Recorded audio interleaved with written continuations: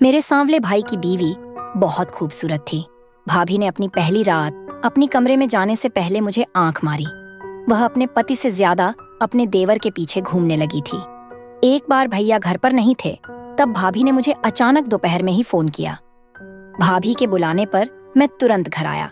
तब भाभी मुझे अकेली रोती हुई मिली। भाभी ने कहा, तुम्हारा भैया बहुत बोरिंग है। 15 दिनों से मैं जिस चीज का इंतजार कर रही हूँ वह मुझे अभी तक नहीं मिली। आज तुम अपने भैया की जगह ले लो। लेकिन मैंने कहा, भाभी मैं अभी सिर्फ 16 साल का हूँ। इस पर भाभी ने कहा, मुझे ध्यान से देखो, तुम अपनी उम्र भूल जाओगे। फिर भाभी ने मुझे अपने पास खींच लिया और मुझे एहसास दिलाया कि मैं छोटा नहीं हूँ। उसी जगह बैठे बैठे उस बाद माँ ने अकेले ही हम दोनों भाइयों की परवरिश की। अब कुछ महीने पहले ही माँ का निधन हो गया। माँ के अचानक चले जाने का सदमा हम दोनों भाइयों को बहुत गहरा लगा था। भैया तो बहुत शांत हो गए थे और हमेशा माँ की यादों में खोए रहते थे। मैं उनसे छोटा था। मैंने खुद को संभाल लिया था। दादा बहुत ही भावुक स्वभाव के थे।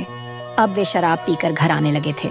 घर आते ही बिना कुछ खाए पिए वे सो जाते थे और मैं उन्हें बस देखता रहता था। एक दिन माँ की एक सहेली हमारे घर आई थी। उसे भी माँ के गुजरने के बारे में पता चल चुका था। वह 2 दिन हमारे घर रुकी रही। इन 2 दिनों में उसने दादा का व्यवहार देखा और उससे कहा, अब तुम्हें शादी कर लेनी चाहिए ताकि कोई तुम्हारा और तुम्हारे छोटे भाई का ख्याल रख सके। मुझे लग रहा है कि तुम दोनों के बीच बहुत दूरी हो रही है। एक औरत ही घर को घर बना सकती है बेटा। मासी की बातों पर दादा ने सहमति जताई। मासी ने उसके लिए लड़की ढूंढना शुरू कर दिया था। जिस दिन मासी अपने घर गई, उसी रात दादा नशे में घर आया। उसके साथ एक लड़की आई थी जो दादा का हाथ पकड़कर उसे उसके कमरे तक छोड़ गई और फिर वहां से चली गई। अगली सुबह उसने हमारे घर की घंटी बजाई, दादा के बारे में पूछताछ की और फिर रसोई में चली गई। उस दिन उसने अपने हाथों से हमारे लिए नाश्ता बनाया। नाश्ता खत्म होने के बाद मैं कॉलेज के लिए निकल गया और दादा अभी भी सोया हुआ था। उसे जगाने की मेरी हिम्मत नहीं हुई। लेकिन दोपहर में जब मैं घर लौटा तो दादा घर पर नहीं था। थोड़ी देर बाद मैं फ्रेश होकर बाहर हॉल में आया, तभी घर की घंटी बजी।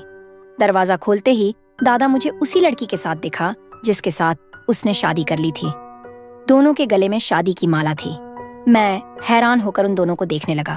तब दादा ने कहा, अरे सोहम, हमें इस तरह हैरान होकर क्यों देख रहे हो? यह तुम्हारी भाभी सोनाली है। जाओ अंदर से आरती की थाली ले आओ। दादा ने शादी कर ली। यह देखकर मैं खुश था, लेकिन मुझे आश्चर्य हो रहा था कि इतने सीधे साधे दादा ने लव मैरिज कर ली। मैंने उनसे ज्यादा सवाल नहीं किए और जैसा उन्होंने कहा वैसे आरती की थाली ले आया और दोनों का गृह प्रवेश कराया। नई भाभी घर में आते ही काम में लग गई थी। उस रात जब दादा और भाभी अपने कमरे में चले गए तो मैं भी पानी की बोतल लेकर अपने कमरे की ओर जा रहा था। तभी मेरी नजर दादा के कमरे की तरफ गई और मेरी नजर भाभी से मिली। भाभी ने मेरी तरफ देखकर आंख मारी और फिर अपने कमरे का दरवाजा बंद कर लिया। भाभी ने पहले ही दिन मुझे आंख मारी थी। मैंने सोचा शायद यह गलती से हुआ होगा, लेकिन भाभी की नजर मुझ पर कुछ और ही थी जो मुझे तब पता नहीं था। अगले दिन सुबह दादा जब अपने कमरे से बाहर आया तो उसके चेहरे पर एक अलग ही मुस्कान थी। माँ के जाने के बाद मैंने दादा को इतना खुश कभी नहीं देखा था। अच्छा हुआ कि उसने शादी कर ली। भाभी के आने से दादा की जिंदगी में कुछ तो खुशी वापस आने लगी थी। भाभी ने भी घर की जिम्मेदारी अच्छे से संभालनी शुरू कर दी थी। मुझे उन दोनों की लव स्टोरी जानने की बहुत उत्सुकता हो रही थी, लेकिन दादा से बात करने का समय ही नहीं मिल पा रहा था। सुबह नाश्ता होते ही दादा अपने ऑफिस जाने की तैयारी में रहता था। शाम को घर आने के बाद भैया हमेशा भाभी के पीछे ही रहते थे। वह उसके पीछे क्यों नहीं रहता? आखिरकार उन दोनों की अभी नई नई शादी हुई थी, इसलिए उसका भाभी को समय देना जरूरी था। भैया ऑफिस से शाम को आता तो फ्रेश होकर भाभी को कहीं न कहीं बाहर घुमाने ले जाता। कभी कभी तो वे दोनों बाहर से खाना खाकर आते और मेरे लिए पार्सल लेकर आते थे। देखते ही देखते उनकी शादी को 15 दिन हो गए। एक दिन मैं कॉलेज से कुछ जल्दी घर आ गया। घर आते ही मैं भाभी के कमरे में गया तो मैंने भाभी को अच्छी तरह से सजी धजी देखा। उसने चमचमाती साड़ी पहनी थी और उसके चेहरे पर मेकअप भी कुछ अलग ही था। मैंने भाभी से पूछा, क्या आप कहीं बाहर जा रही हो? तब उसने कहा, नहीं, मुझे ऐसे ही रहना पसंद है, इसलिए मैंने आज अपनी पसंद के अनुसार मेकअप किया है। भाभी की बात सुनकर मैंने कहा, भाभी मुझे आपसे एक सवाल पूछना है। आपकी शादी के बाद से उस सवाल ने मेरे दिमाग में घर कर लिया है। एक बार मेरे सवाल का जवाब देकर मुझे मुक्त कर दो। भाभी तब मेरे पास आई।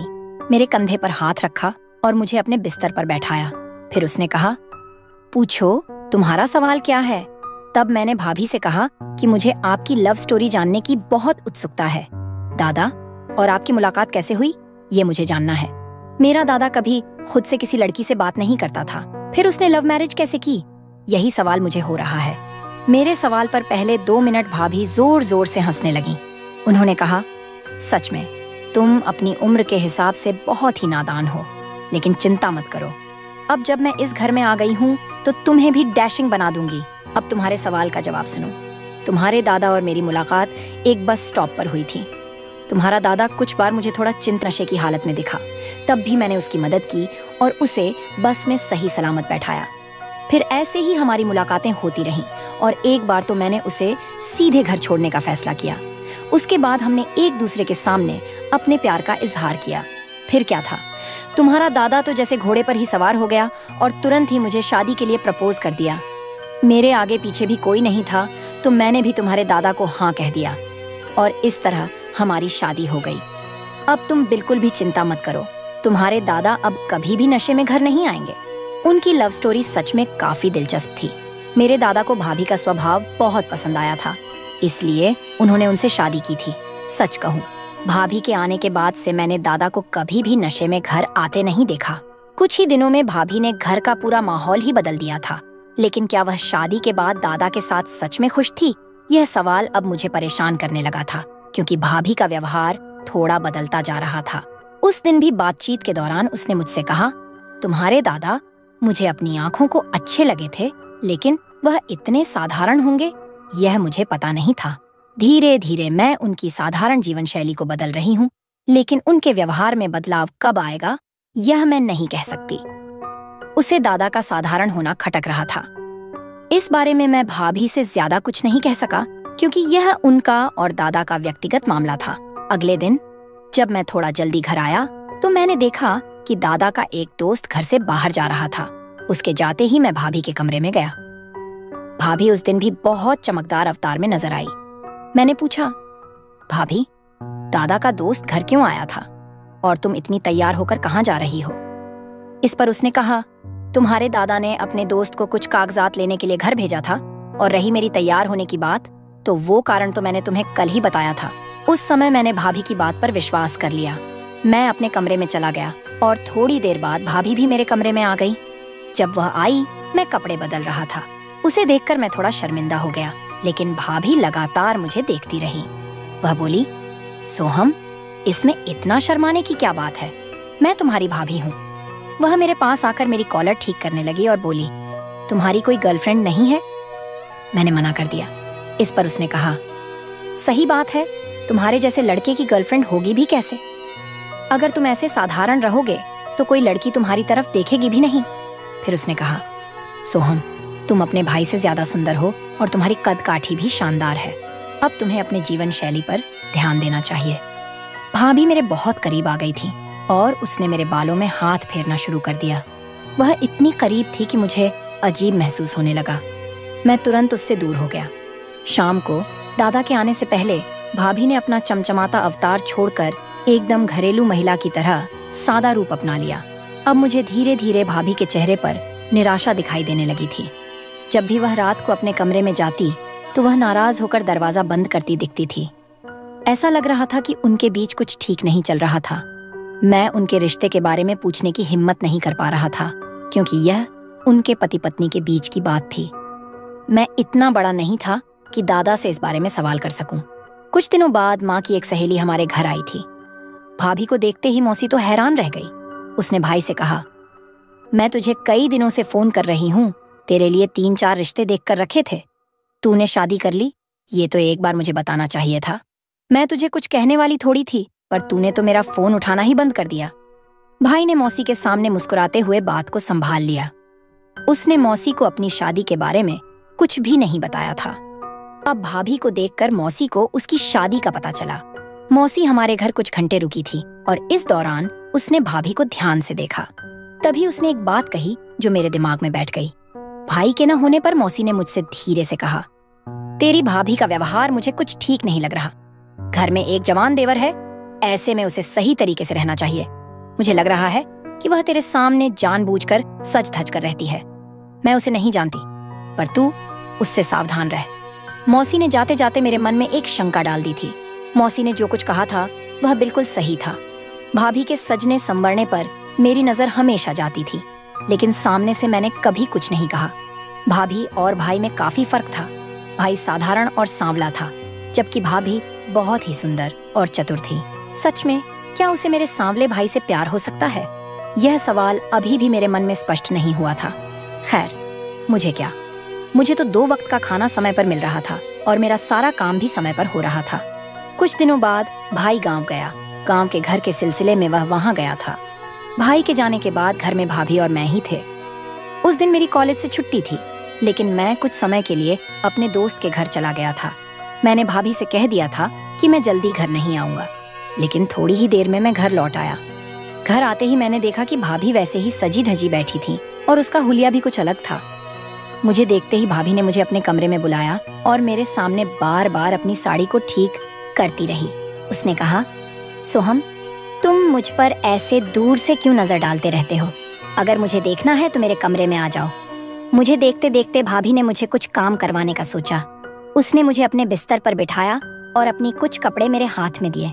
फिर उसने मुझे अपनी साड़ी के ब्लाउज में बटन लगाने को कहा।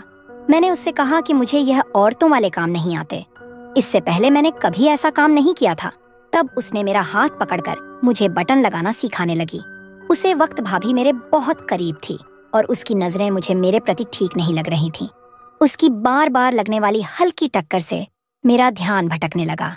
धीरे धीरे मेरी आंखें बंद होने लगीं। तभी भाभी मुझसे दूर हो गई और मेरे नाम से आवाज लगाई, जिससे मेरी चेतना वापस आई। जब मैं उसकी ओर देखा तो वह कहने लगी, मैंने जैसे सिखाया है वैसे ही सारे बटन लगा दो। उसे समय मेरे हाथ में भाभी के कुछ ऐसे कपड़े थे जो नहीं होने चाहिए थे।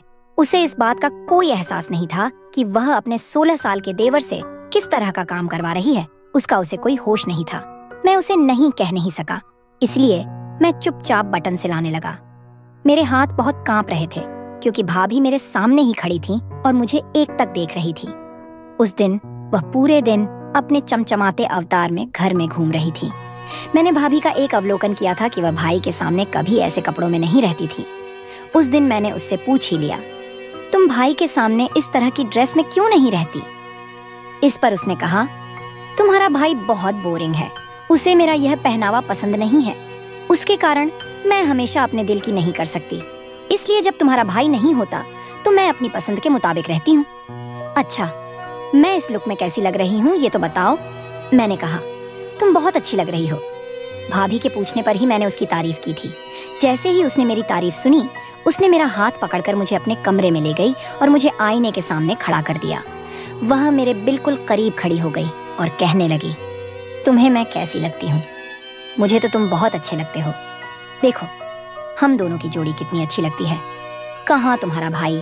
और मैंने तुम्हें अपने पहनावे को बदलने के लिए कहा, तब से तुम्हारी सुंदरता और भी निखर गई है। भाभी तब मेरा हाथ जोर से पकड़कर मुझे अपने पास खींचने लगी। वह मेरी भाभी थी। मुझे हमारे रिश्ते की मर्यादा का ख्याल था, लेकिन शायद भाभी वह सब भूल चुकी थी।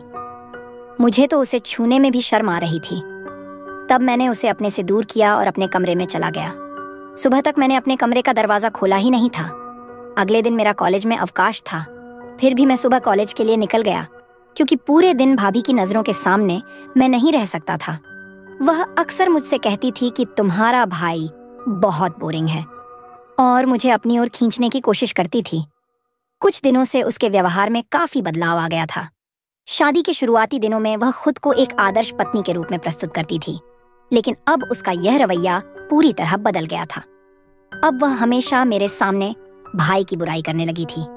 आखिर भाई में ऐसी क्या कमी थी कि वह भाभी को खुश नहीं रख पाता था?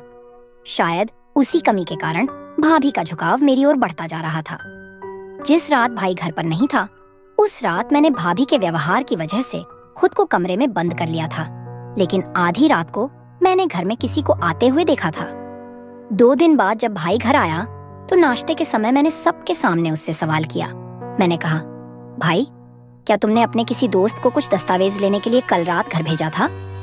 इस पर भाई ने साफ मना कर दिया और गुस्से से भाभी की ओर देखने लगा। उसने भाभी से पूछा, रवि यहाँ क्यों आया था? तब भाभी भाई के सामने रोने लगी। उसने कहा, सुहास, तुम्हारा छोटा भाई झूठ बोल रहा है। मुझे तो तुमसे सोहम के बारे में बात करनी थी। मैंने उसकी गलती छुपाई, लेकिन अब ये बेवजह मेरी बदनामी कर रहा है। असल में जब तुम गांव गए थे तब सोहम ने मेरे साथ अजीब व्यवहार करना शुरू कर दिया था। बात करते करते उसने भाई को कुछ वीडियो दिखाया। उसने मुझे जबरदस्ती अपने कपड़ों के बटन सिलने के लिए अपने कमरे में बिठाया था और उसने बिना मेरी जानकारी के मेरा वीडियो भी बना लिया था। वह वीडियो भाई को दिखाते हुए उसने कहा कि सोहम ने मेरे कमरे में आकर यह अजीब हरकत की। मैं तो इतनी डर गई थी कि मैंने खुद को कमरे में बंद कर लिया था। उस समय भाई ने भाभी की बात सच मान ली थी और उसके सामने ही मुझ पर चिल्लाने लगा। उसकी पत्नी की वजह से वह मुझ पर भी हमला करने के लिए दौड़ा, लेकिन भाभी ने उसे मुझसे दूर किया। उस दिन वह गुस्से में ऑफिस के लिए निकल गया। उसके जाने के बाद अपने झूठे आंसू पोंछते हुए भाभी मेरे पास आई और कहने लगी, सोहम, तुम्हें अपने भाई से कोई सवाल करने से पहले एक बार मुझसे बात करनी चाहिए थी। यूं ही दादा के सामने तुमने कोई झूठ क्यों बोला? तुम झूठ बोल रहे थे, इसलिए मैंने जो सच था वह तुम्हारे भाई के सामने बताया। अब आगे से ऐसा मत करना। अगर तुम्हारी कोई इच्छा हो तो तुम मुझसे कह सकते हो, और हाँ, खुद को छोटा मत समझो। तुम्हारी कोई भी इच्छा हो उसे मैं जरूर पूरी करूंगी। बस एक बार मुझसे बात तो करके देखो। उस समय मुझे भाभी के कहने का मतलब पूरी तरह से समझ में आ गया था, लेकिन मुझे उस पर उतना ही गुस्सा भी था। उसने मुझे भाई के सामने झूठा साबित किया था। तब मैं भी गुस्से में कॉलेज के लिए निकल गया। कॉलेज जाकर भी मैंने एक भी लेक्चर नहीं किया। मेरे दिमाग में लगातार भाभी की बातें घूम रही थीं। देखा जाए तो भाभी को मुझसे कुछ और ही उम्मीदें थीं, लेकिन मैं हमेशा उसे खुद से दूर करता रहा। सच कहूं तो मैं इतना छोटा भी नहीं था कि बार बार एक खूबसूरत महिला को खुद से दूर करता रहूं। अब तो मैं भाई की नजरों में बुरा बन चुका था, तो फिर भाभी के साथ समय बिताने में कोई बुराई नहीं थी। उसका तो मुझे पूरा समर्थन था। उस दिन अचानक मैं कॉलेज से घर चला गया। घर पहुंचते ही मैंने दरवाजा खोला और सीधे भाभी के कमरे में चला गया। वह रोज की तरह सजी धजी थी। मुझे देखते ही वह मेरे पास आई और कहने लगी, आ गए तुम। मुझे पता था कि तुम्हारी नजरों के सामने भी मेरी खूबसूरती चमक रही होगी। तुम चिंता मत करो, तुम्हें जो सुख चाहिए वह मैं तुम्हें जरूर दूंगी। बस बदले में तुम अपना मुंह बंद रखोगे अपने उस बोरिंग भाई के सामने। यहाँ जो भी देखा वह उसे मत बताना। मैंने तब ऐसा दिखाया कि मुझे भी दादा पर गुस्सा है और मैंने उसकी बातों पर सहमति जताई। तब भाभी मुझसे गलत रिश्ता जोड़ने के लिए तैयार हो गई, लेकिन मैं उसके लिए तैयार नहीं था। मुझसे पहले वहाँ एक और आदमी था जो वहाँ से जाने लगा। जैसे ही वह बाहर गया, दादा ने उसे पकड़ लिया। दादा की आवाज सुनकर भाभी भी बाहर आ गई। भाभी को चमचमाते अवतार में देखकर दादा पूरी तरह भड़क गया। उसने कहा, सोनाली, अगर तुम फिर से अपने इस सोनू वाले रूप में आई तो मैंने तुमसे एक अच्छा जीवन देने के लिए शादी की। मैंने तुमसे प्यार किया, लेकिन तुम अभी भी उसी गंदगी में जी रही हो।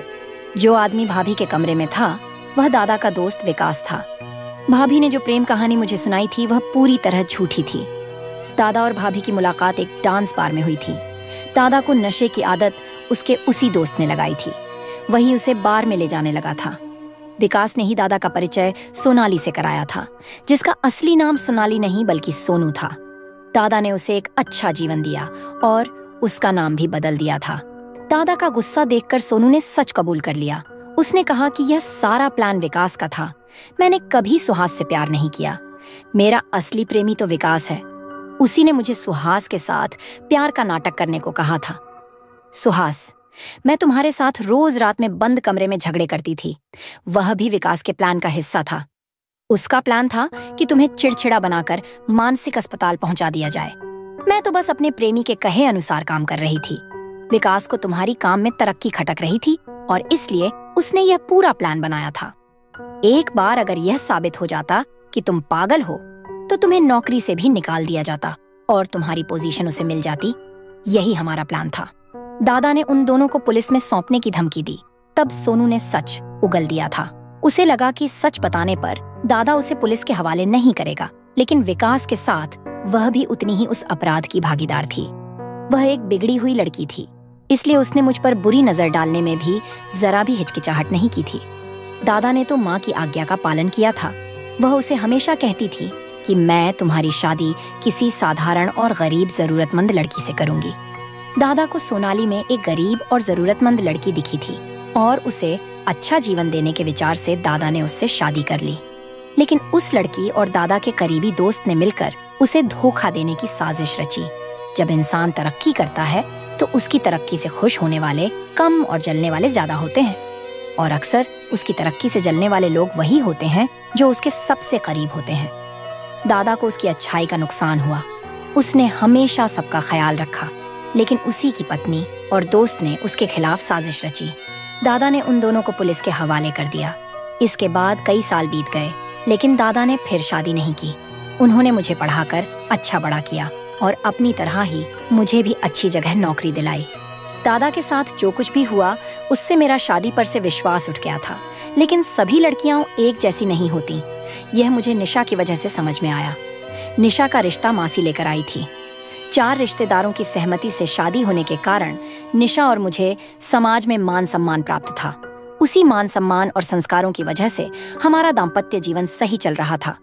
हमारा जीवन देखकर दादा को भी विश्वास हो गया कि सभी लड़कियां एक जैसी नहीं होती। फिर उन्होंने मासी से अपने लिए भी रिश्ता सुझाने को कहा।